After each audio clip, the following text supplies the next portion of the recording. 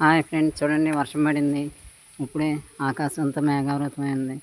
ఈరోజు గార్డెన్లో ఇవి చూసుకుంటూ చెప్పుకుందాం. అది ఒకానొక సమయం. తథాగతుడు అంటే బుద్ధుడు శావస్థిన యందు జేతవనారామమున ఏం చేస్తున్నాడు ఉన్నాడు. అప్పుడు రాజుకు ప్రసేనజిత్తుడు భగవంతుని దగ్గరకు వచ్చి అభివాదం చేసి ఒక చోట కూర్చున్నాడు. అంతలో ఒక భట్టుడు వచ్చి రాజుగారి చెవిలో ఏదో ఒక రహస్యంగా ఒక వార్త చెప్పాడు అనమాట. ఆ వార్త వినగానే ప్రసేనజిత్తుని మొహం మాడిపోయింది, అప్రసన్నంగా అయిపోయింది.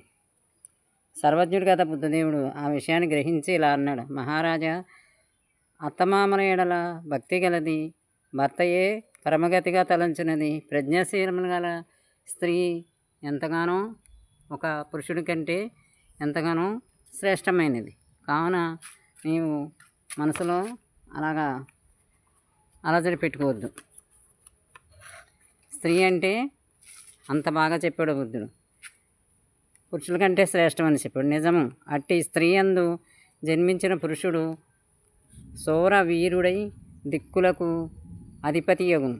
స్త్రీ ఔన్నత్యాన్ని భగవంతుడైన బుద్ధుడు ఎంత గొప్పగా చెప్పాడు. ఎప్పటి మాట ఇది. ఇది ఇప్పటికీ మార్పు లేదు. కానీ ఇప్పుడు కూడా స్త్రీల యందు అభిప్రాయాల్లో ఎవరికి మార్పు లేదు. మరి ఏం చేద్దాం? మరి స్త్రీ ఏమవుతుంది? స్త్రీ శిశువు జన్మించగానే ముందుగా నిట్టూర్పులు విడుస్తారు. గొప్ప భారాన్ని ఎత్తిన పడిందని భయపడతారు. తర్వాత తప్పదని భావిస్తారు. ఇప్పుడు కాలంలో స్త్రీ శిశువుల్ని అన్యాయంగా భూమి మీదకి రాకుండానే హతమారుస్తున్నారు. స్త్రీ ఔన్నత్యాన్ని పురాణాలు, శాస్త్రాలు కూడా బలపరుస్తున్నాయి. స్త్రీ సంతానం యాదృచ్ఛికమేమీ కాదు. ఊరికే ఏ స్త్రీ ఆడపిల్ల భూమి మీదకి రాదు. గత జన్మల తల్లిదండ్రులు గత జన్మల్లో చేసుకున్న సంస్కారాలు, పుణ్యాలు దాని ఫలమని శాస్త్రాలు చెప్తున్నాయి. శాస్త్రాలు చెప్పినా ఎన్ని చెప్పినా మనం భగవంతుని యందు విశ్వాసంతో అన్నీ చేస్తాం, కానీ స్త్రీ శిశువు యందు విశ్వాసం లేదు.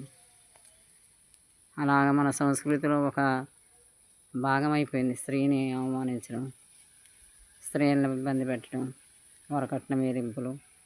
ఇలాగ వీటన్నిటిని దాటి చక్కగా స్త్రీని గౌరవించి, ఎక్కడ స్త్రీలు ఆనందంగా ఉంటారో అక్కడ స్వర్గం, ఎక్కడ స్త్రీలు కన్నీరు పెట్టుకుంటారో అక్కడ నరకం. దేవతలు ఉండరు. మరి అన్నీ తెలిసి కూడా మరి స్త్రీలను గౌరవించాలి. స్త్రీలను గౌరవించకపోతే తామే గౌరవించుకోలేదు. మళ్ళీ తల్లి స్థానం మళ్ళీ స్త్రీయే కావాలి.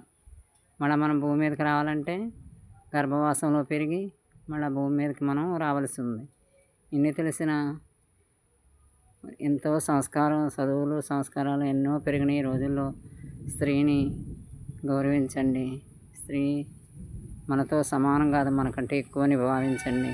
ఔన్నత్యాన్ని తెలుసుకోండి. ఇంకో రోజు ఇంకోటి చెప్తున్నాం. సరేనా? బాయ్.